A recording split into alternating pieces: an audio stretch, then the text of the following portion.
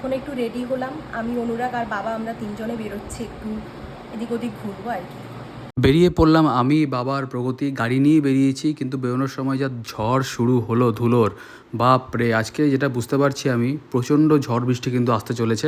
আমি বারান্দাতে বসেছিলাম বেরোনোর আগে, আমি তখনই বুঝতে পেরেছিলাম। আর পেরোচ্ছি আমরা বোলপুরে নানা রকম রাস্তাঘাট দিয়ে, সামনেই কুচিনা, তার উপরে যে ফ্ল্যাটটা, এখানেই কিছুদিন আগে একটা অগ্নিকাণ্ড হয়েছিল। খুব খারাপ একটা ইনসিডেন্ট হয়েছিল, অনেকে নিজের প্রাণ হারিয়েছিল। তো দেখেও খারাপ লাগলো ব্যাপারটা, আমার ভিডিওতে পরে। এটা প্রগতি শ্যুট করেছে। তো পৌঁছে গেছি আমরা বর্ষা শিল্পায়নে, জিনিসপত্র কেনার আছে প্রগতির কিছু, তো ওটার জন্যেই প্রগতি গেছে। আর আমি গাড়িটা পার্ক করে বেরোতে যাচ্ছি, দেখছি বাপরে কী ধুলো উড়ছে। তো চলে এসেছি, অনেক স্টক বর্ষা শিল্পায়নে, খুব ভালো ভালো অফার চলছে, আপনারাও যেতে পারেন এখন। তো আমি একটু জাস্ট ভিডিও করছিলাম আপনাদেরকে দেখানোর জন্য যে হ্যাঁ, জায়গাটা সত্যি খুব সুন্দর আর খুব ভালোভাবে সাজানো রয়েছে জামা কাপড় দিয়ে। বৃষ্টি শুরু হয়ে গেছে বাইরে, প্রচণ্ড ঝড় বৃষ্টি। আমি তো ভাবছি কী করে যাব বাড়ি, বুঝতেই পারছি না। ওয়েট করতে করতে অনেকটাই সময় কেটে গেল। আমি চিন্তা করছি এবার কি করা যায়, বৃষ্টির মধ্যে ভিজে গাড়িটা এগিয়ে নিয়ে চলে আসি। তো প্রগতিকে বললাম তুমি বিলটা করিয়ে নাও। আর দেখলাম খুব তাড়াতাড়ি ওরা বিলটাও করে দিল, একটা পিডিএফ কপি আমার হোয়াটসঅ্যাপেও চলে এলো। তো পুরোটাই হ্যাসেল ফ্রি। কি বৃষ্টি, বাপরে! আমি ছুটে এলাম বর্ষা শিল্পায়ন থেকে, গাড়িতে বসলাম, মানে আমি নিজেই ভিজে গেলাম অর্ধেকটা ছুটতেও। প্রগতি আর বাবা এখন বর্ষা শিল্পায়নেই আছে, আমি গাড়িটা নিয়ে এগিয়ে ভাবছি কি করবো। ওটা তো নামতে নামতেই ভেঙে যাবে। ভাবলাম একটুখানি দেবস কিচেনে যাবো, আজকে মোমো টোমো খাবো, সাথে কিছুই হবে না মনে হচ্ছে, ওই যেমন ওয়েদার। কিন্তু হ্যাঁ, বৃষ্টি দরকার ছিল। আর ওইদিকে আবার দেখতে পাচ্ছি নতুন একটা দোকান খুলেছে, সেনকো নাকি? হ্যাঁ ঠিক, সেনকো। দেখি কি করা যায়, সামনে যাই। আমি তো ভিজিয়ে গেছি। বোলপুর শান্তিনিকেতনটা আজকে খুব সুন্দর লাগছে, আরও বেটার ভিডিও করতে পারতাম, কিন্তু আমি ড্রাইভ করছিলাম তো প্রগতি অ্যাঙ্গেলটা ঠিক বুঝতে পারিনি, তাই ভালো করে ভিডিও হয়নি। কিন্তু যতটুকু করেছে তাতেই বোঝা যাচ্ছে যে বাইরেটা কতটা সুন্দর হয়ে রয়েছে, আর বৃষ্টি পড়েই চলেছে। বাড়িতে গিয়ে মস্ত বড় কাজ হচ্ছে, বাইক আর গাড়িটা গ্যারেজে ঢোকানো। যা ঝড় বৃষ্টি শুরু হলো তার মধ্যে মানে বাড়ি আসারও তো একটা টাইম আছে, তাই এলাম আর কি। অনুরাগ গাড়ি নিয়ে গেছিল, তার জন্য কোনো অসুবিধা হয়নি। কিসের জন্য? এই যে চলে এসেছে। যুদ্ধ যুদ্ধ, গাড়ি ঢোকানো। হ্যাঁ, মানে লিটারালি যুদ্ধ। যাই হোক, গাড়িটা ছিল বলে আজকে আমরা ভিজিনি আর কি। আর এই যে গেছিলাম বর্ষা শিল্পায়নে, খুব সুন্দর ওদের কালেকশন। তো এই যে দুটো কুর্তি, এগুলো সিঙ্গেল কুর্তি।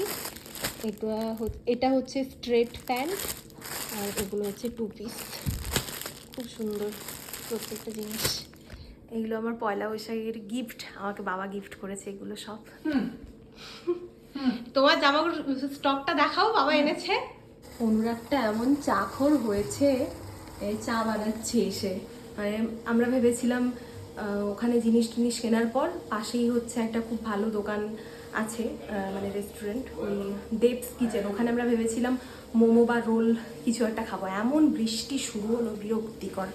তো নেহাতি বাড়িতে এসে এই যে চা বানাচ্ছি আর কি।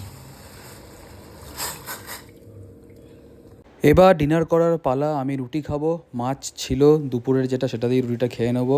বাবা আর প্রগতি ভাত খাচ্ছে, তো ডাল সবজি আর মাছ যেটা ছিল সেটা দিয়ে খাওয়া দাওয়া কমপ্লিট করে ফেললাম। অনুরাগ এখন নতুন একটা শার্ট পরে চললো অফিস। সুন্দর লাগছে। সবাইকে শুভ নববর্ষ। হ্যাঁ, সবাইকে শুভ নববর্ষ। শুভ নববর্ষ সবাইকে। সারা বছর আপনাদের সবার খুব খুব ভালো কাটুক। তো আজকে নববর্ষ, তাই একটু স্পেশাল কিছু রান্না তো হবেই। আর সকাল থেকে যা ঝামেলায় পড়েছি, সিঙ্কের মধ্যে খালি জল আটকে যাচ্ছে। তাও আমি জিও মার্ট থেকে অর্ডার দিয়ে ড্রেন ক্লিনারগুলো আনালাম, একটা দিলাম, তাও খুব একটা সলভ হয়নি প্রবলেমটা। আর আজকে আমাদের মেনুতে আছে এই যে দেশি মুরগির ঝোল হবে, এখানে পটল ভাজা হচ্ছে, আর মাছের তেল দিয়ে বেগুন দিয়ে একটা বানাবো, ওই তেল বেগুন যেটা বলে, এটা বানাবো। এটাই আমাদের আজকের স্পেশাল রান্না, দেশি মুরগির ঝোল। অনেকদিন পর খাবো। আপনারা কে কী খাচ্ছেন ছবি পাঠাবেন বা কমেন্ট করে জানাবেন।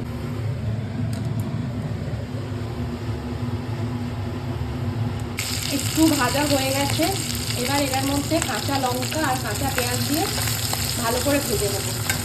এই যে একটু হলুদ দিয়ে দিলাম, আর এই যে সামান্য নুনও দিয়ে দিলাম। পেঁয়াজটা দিয়ে অনেকক্ষণ ভেজে নিলাম। এবার বেগুনগুলো দিয়ে দেবো এর মধ্যে। বেগুনটা দিয়ে ভালো করে মিক্স করে লিড ঢাকা দিয়ে একদম, মানে বেগুনটা শুকনো শুকনো হয়ে যাবে, কোনো জল লাগবে না, কিছু না। এই যে বেগুনটা একেবারেই ভাজা ভাজা হয়ে গেছে, মানে আরও ভাজা ভাজা হতো এটা যদি শীতকালের বেগুন হতো। তো লাস্টে নামানোর আগে একটু লঙ্কার গুঁড়ো, একটু ধনে গুঁড়ো আর একটু জিরের গুঁড়ো দিয়ে দিলাম। এবার এটাকে ভালো করে মিক্সড করে একদম ভাজা ভাজা করে শুকনো শুকনো হয়ে যাবে ব্যাপারটা, তারপর কমপ্লিট মানে নামিয়ে নেবো আর কি। এই যে কমপ্লিট আমার তেল বেগুনের রান্নাটা, খুব সুন্দর হয় খেতে। এটা দিয়েই শুধু ভাত খাওয়া হয়ে যায়, আপনারা বানিয়ে দেখবেন বাড়িতে।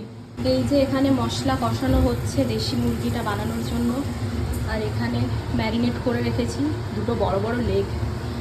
মোটামুটি বাবা বললো 2 কেজি আছে। আমি কখনো দেশি মুরগি নিজে হাতে নাতে মানে ওভাবে বানাইনি, মানে মশলা টশলা পরিমাণ কতটা লাগবে কি লাগবে ওটা মানে নিজে কখনো ওটা দেখে আইডিয়া করে বানাইনি, আজকে প্রথমবার বানাচ্ছি আর কি। যে নোংরা ঝামেলায় একটা ফেঁসেছি, এই যে পাইপ দিয়ে 1 ফোঁটা জল যাচ্ছে না, কিউবি রিনেক্স 2টো দেওয়া হয়ে গেল, মানে কি বিরক্তিকর লাগছে। অনুরাগও নেই বাড়িতে, তার মধ্যে এখনও আমি সলভ করতে পারছি না। একটা দিলাম তাও ঠিক হলো না, আবার একটা দিলাম 1 ফোঁটা জল যাচ্ছে। এই যে চিকেনটা কষানো অলমোস্ট ডান, এবার জল দিয়ে একটু ফোটাবো আর কি।